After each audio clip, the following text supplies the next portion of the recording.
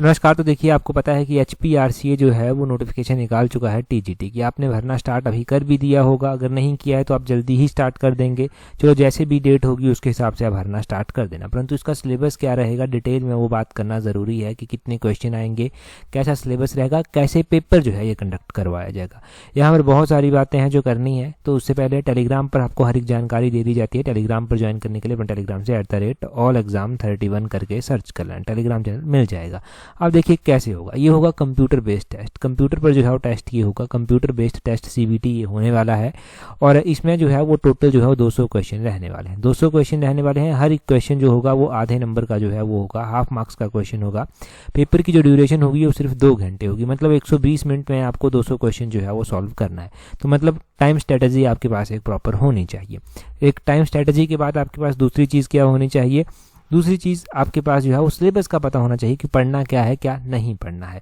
इसमें जो 140 नंबर 2 भागों में डिवाइड किया गया है सिलेबस। 140 क्वेश्चन होंगे और 60 क्वेश्चन होंगे। 140 क्वेश्चन का मतलब है कि एक 70 मार्क्स का होगा, एक 30 मार्क्स का जो है वो होने वाला है। ये जो 70 मार्क्स वाला है 140 क्वेश्चन जो है ये सब्जेक्ट बेस्ड क्वेश्चन जो है वो होंगे। जैसे फॉर एग्जाम्पल किसी का TGT आर्ट्स है, TGT आर्ट्स जिसका है वो बेसिकली क्या करें, वो NCERT को फॉलो कर लें। NCERT में जो TGT आर्ट्स की किताबें हैं उनको फॉलो किया जा सकता है। दूसरा, जो इंग्लिश और हिंदी वहाँ पर सबसे मेजर रहने वाले हैं उनको कवर किया जा सकता है, क्योंकि इंग्लिश और हिंदी पर भी परफेक्शन होना ज़रूरी है। वो भी आर्ट्स का ही एक पार्ट जो है वो बनता है। जस्ट लाइक जैसे टैट का भी सिलेबस जो है वो रहता है। टैट का मान के चलिए, क्योंकि इन्होंने लिखा है यहाँ पर कि डिटेल जो सिलेबस है वो डाउनलोड करें आप HPRCA की वेबसाइट पर। अभी तक HPRCA ने वो डिटेल वाला सिलेबस भी अपलोड नहीं किया है। जैसे ही करेगा उसकी जानकारी आपको दे दी जाएगी, तब तक जुड़े रहना प्रॉपरली।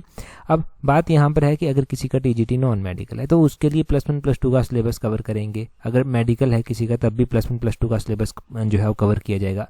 नॉन मेडिकल वाले क्या करेंगे, वो फिजिक्स, एक केमिस्ट्री और एक मैथ, और मेडिकल वाले अपना बायो का हो गया एक, और केमिस्ट्री होगा, और एक जो है वो उनका केमिस्ट्री के अलावा फिजिक्स वाला सब्जेक्ट होगा। जो उनके 3 सब्जेक्ट हैं वो करेंगे, नॉन मेडिकल वाले अपने सब्जेक्ट करेंगे। बाकी सबसे मेजर जो रहने वाला है, जो जैसे कि पेपर PGT में आपने देखा था, जब PGT का पेपर हुआ था तो क्या हुआ था, पेपर 1 से बात बनी थी, पेपर 1 से बात बिगड़ी थी। क्योंकि सब्जेक्ट में ज़्यादा कमांड बना ही नहीं सकते, खासकर साइंस के बच्चे, और आर्ट्स में सब्जेक्ट टफ कर दिया जाता है। तो पेपर में जो दूसरे वाला भाग है जो 30 नंबर का आने वाला है, जिसमें कॉमन GK आपकी रहने वाली है, इसमें देखिए क्या क्या रहेगा। हिमाचल GK रहेगी, करंट अफेयर रहेंगे, एवरीडे साइंस रहेगी, लॉजिक, सोशल साइंस रहेगी, और इसमें इंग्लिश भी रहेगी, हिंदी भी रहेगी। लॉजिक का मतलब रीजनिंग टाइप में जो है वो है। तो ये सिलेबस जो है वो डिटेल में रहने वाला है। अब सिलेबस एक पैटर्न आपको यहाँ पर समझ आता है। दूसरी बात है कि सिलेबस को कवर कैसे किया जाएगा। अब जैसे देखो, TGT की तैयारी जो कर रहे हैं वो हमारे साथ टेस्ट सीरीज में जुड़ सकते हैं। टेस्ट सीरीज में हमने क्या क्या चीज़ें कवर की हैं वो भी एक बार बता देता हूँ। टेस्ट सीरीज में देखो, ये जो 60 नंबर का है ये हम पूरा का पूरा कवर करेंगे। हिमाचल GK को हम बिल्कुल डेप्थ से कवर करेंगे, करंट अफेयर को हम अच्छे से कवर करेंगे। एवरीडे साइंस वहाँ पर मेंशन नहीं थी जब तक हमने टेस्ट सीरीज स्टार्ट की थी, परंतु हम अभी एवरीडे साइंस वहाँ पर जोड़ने वाले हैं। Social science, general English, Hindi तो वहाँ पर कवर ही है, और मैथ भी हम, मतलब जो लॉजिक रीजनिंग होती है बेसिक सी, वो भी हम वहाँ पर कवर करेंगे। मतलब ये 60 नंबर तो हम बिल्कुल कंप्लीट वहाँ पर कवर करेंगे। बचते हैं ये 140 क्वेश्चन। तो ये सब्जेक्टिव क्वेश्चन है, इसमें वेरिएशन है। मेडिकल वालों का अपना है, नॉन मेडिकल वालों का अपना है, आर्ट्स वालों का अपना है। तो ये आप अपने सब्जेक्ट के हिसाब से इसकी तैयारी करें, और इसमें कहाँ पर रिलाई करना है, कहाँ से आप इसको पढ़ेंगे।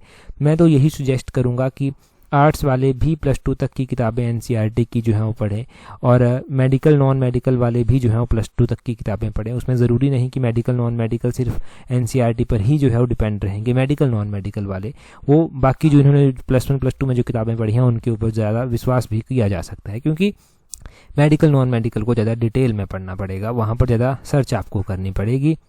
इसमें अगर आप ये सोचेंगे कि ये बहुत ईजी रहने वाला है, तो ये ईजी नहीं रहने वाला है।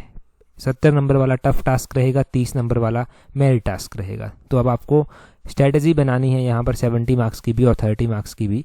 30 मार्क्स में से मान के चलिए कि 25 क्वेश्चन, 25+ क्वेश्चन ठीक होने चाहिए। 70 में अगर आप मानते हैं यहाँ पर कि 40 से 50 क्वेश्चन भी आपके ठीक होते हैं, पेपर पे भी डिपेंड करती हैं ये बातें, परंतु एवरेज में 40 से 50 मानकर चल रहा हूँ। पक्की सिलेक्शन है, कोई नहीं रोक सकता। अगर मान लो जो GK वाला सेक्शन है आपका 30 नंबर का, इसमें अगर आपने 30 के 30 क्वेश्चन या 28-29 क्वेश्चन ठीक कर दिए तब चांसेस और भी ज़्यादा बढ़ जाते हैं। क्योंकि जब आप मेरिट में आने की बात करते हैं तो सिर्फ 1-2 नंबरों से आपको ऊपर जो है वो बढ़ना होता है, और वो तभी बढ़ पाएंगे जब अच्छे से प्रैक्टिस की होगी। मैंने बता दिया टेस्ट शीट्स के बारे में कि ये सारी चीज़ें हम यहाँ पर कवर करेंगे जो यहाँ पर दी गई हैं, और अच्छे से कवर करेंगे ताकि आपको कोई दिक्कत ना आए। तो टेस्ट शीट्स का लिंक नीचे डिस्क्रिप्शन बॉक्स कमेंट बॉक्स में दिया गया है, वहाँ से ज्वाइन करना।